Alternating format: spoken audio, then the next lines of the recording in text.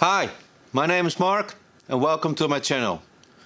Last week, 3Body Tech released a new plugin called Cabinetron. And in my opinion, they took one shot to kill off all competition in the IR loader game. So let's see what this thing can do.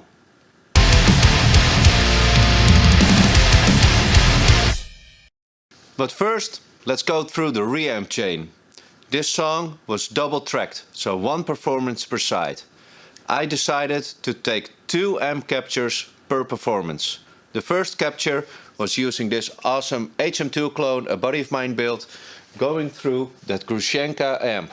That's a custom JCM 800 2203 clone with some extra bells and whistles.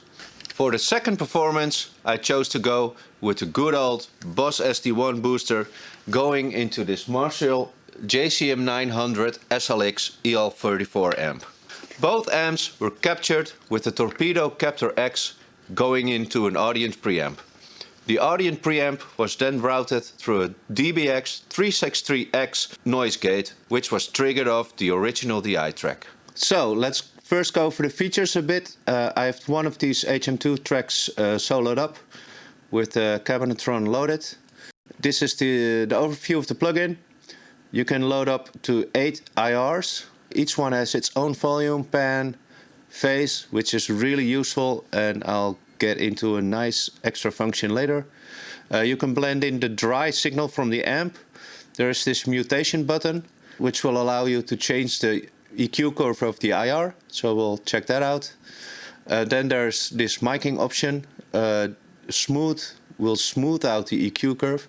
Like you can see, it's becoming less extreme with the peaks and valleys, and it's kind of smoothing out the EQ into larger blocks. Then there's this fret thing, which will allow you to kind of emulate the fretman technique. We'll try this out as well. Then you have the position. The position would mean that you would move the microphone from the center to the outside of the cone in a virtual space. Then there's distance. That would mean that you move the microphone forwards and backwards. Then there's this 3-band EQ per IR, and they say it emulates the reactive load of an actual amp. And then there's, of course, the default high-pass and low-pass filters. I have loaded up like 8 folders, which you can do through setting up your folder structure in the preferences. You can add your own path of cabinets, and it will index those and give you a list here. And what I found to be really useful is, like, I've loaded up the first IR in my Jens Bogren downtuned pack, and I can use these left and right buttons to quickly toggle through them. So it's super fast to check out different IRs. Then there's also this mixer, which is kind of like what Libra does. So you can choose a custom blend of all these IRs you have loaded up. In the list you can disable stuff, so we'll just disable everything and try the individual properties for just one IR, and then the mixer will only show you one. And in the end there is a light version of the Kirchhoff EQ, so you can apply EQ on top of the IR you've created, so you can basically get a fully mixed ready tone. There's also a tone matching option, which I have not checked out yet. But the idea is you load in a raw file of a amp sound you like, you do the tone matching, and it will try to match your EQ curves and sound to the original sound you've loaded up in the reference. So let's just first check out this one IR and which options it has. I'll just create a little loop and let's hear this thing.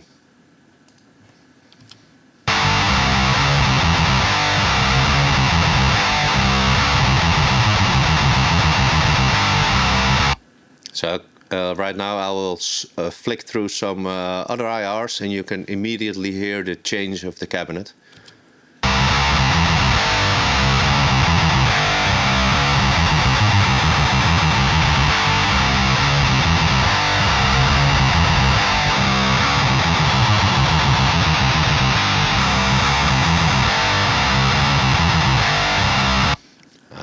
Okay, I like this one. Let's stick with this for now. Let's try blending in the dry signal. That would probably be a little bit horrible as a raw amp capture does not sound really nice, but let's see what it does.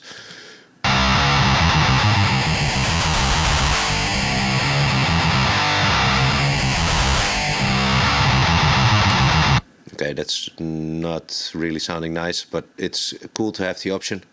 And let's go through this mutation thing. I think there were like 31 options. Let's just quickly flick through them all and see what it does.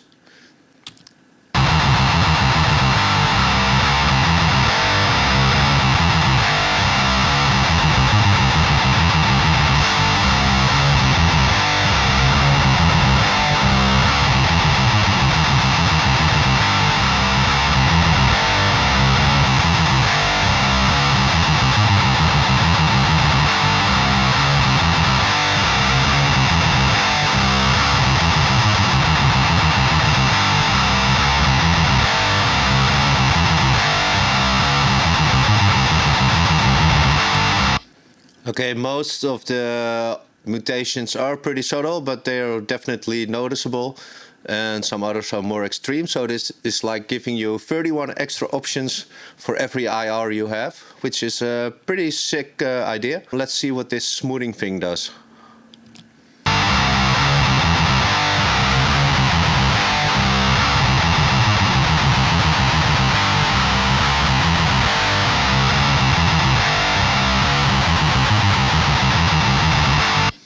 It seems to be evening out the response a bit, but yeah, just leave it at 10%, should be fine. And now let's see if we can create a cool Fretman thing from the single mic.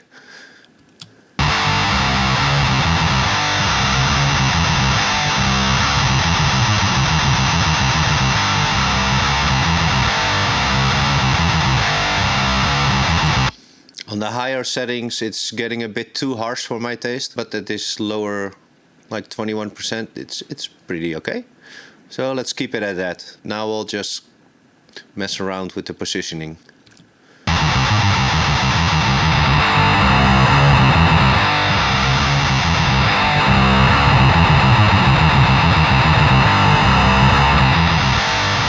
So fully to the left would mean center of the cone, and fully to the right, the outside of the cone. You can definitely hear it getting darker, which is what happens when you move the microphone outside. Let's find a spot where it's a little bit more balanced tone-wise, because it is still a bit harsh.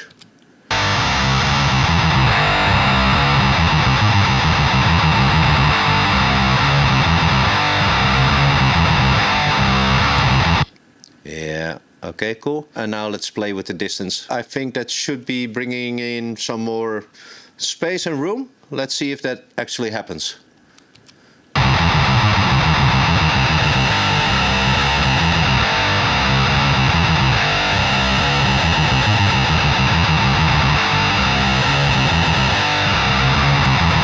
It also seems to introduce some more phase cancellation, I think. It's a bit weird, so I'll just keep that as it is, and just check out this EQ thing a bit, see how extreme we can make stuff.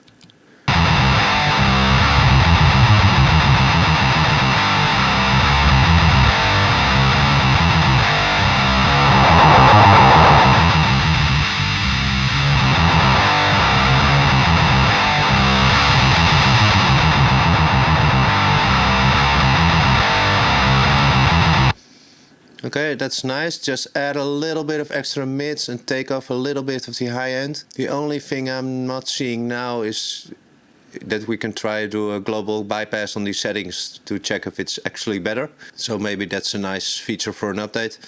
There's also this room thing, because you know usually most IRs are pretty direct, and let's see what that does.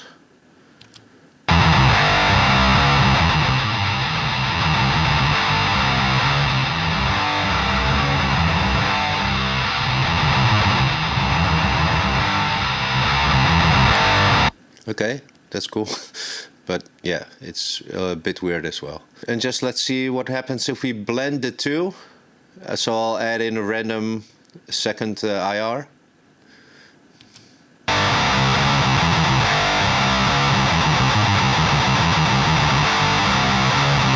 And now we can also play around with this phase button. You see, like the original was phase changed, and that is because there's a function built in which will allow you to right click on an IR and enable auto phase align, which will actually align all IRs as good as possible to get the least phase discrepancies. So this one has been moved forward in time, I think. So let's see what happens if I just pull this back to 0 again and play back.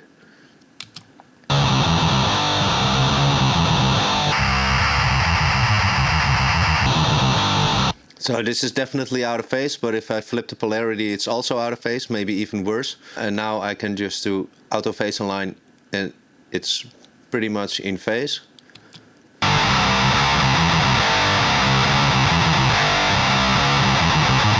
And just for the fun of it, let's add a third one.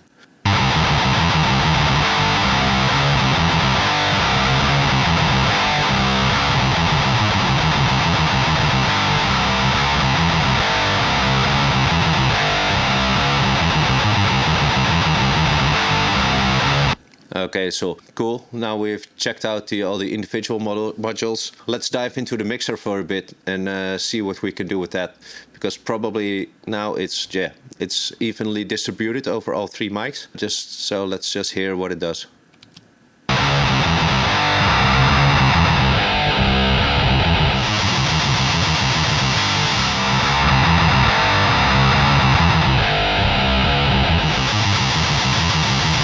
So you can hear one is really direct and high-end focused.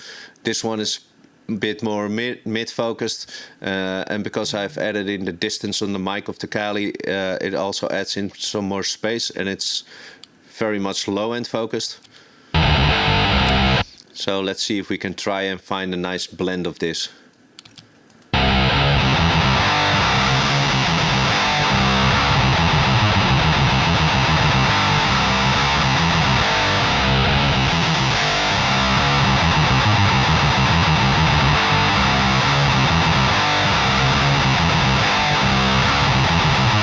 Yeah, I guess that would work. Now we can refine the whole thing with some EQ to make it even more mix ready. Obviously, we should do some low passing first, I think.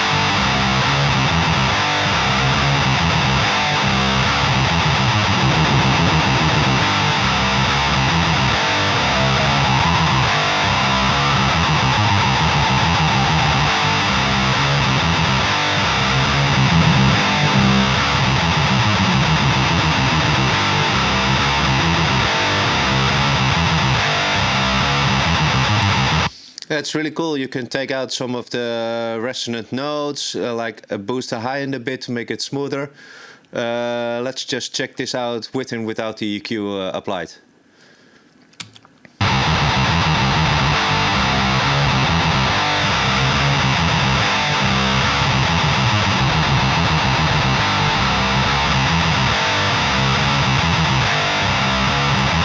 Yeah, I just had to pull back the high shelf a bit because it was getting a little bit too abrasive. So let's pull up the mixer and just copy this to the other HM2 track and do a left-right thing. See how it sounds.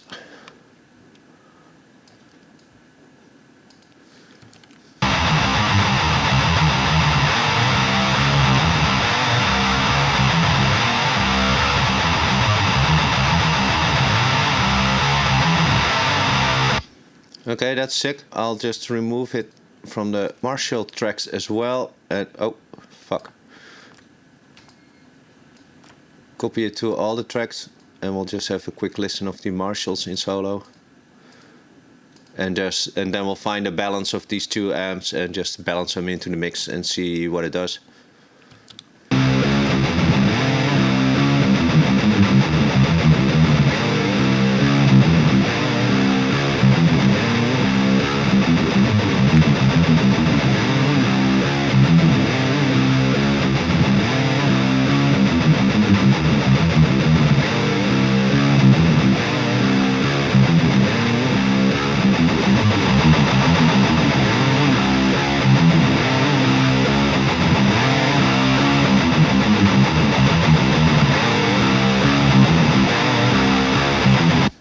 Okay, that's sounding really nice actually, both aggressive and clear. And now let's balance these 4 tracks into the mix, and we'll just make a little bit larger loop so we can get some context.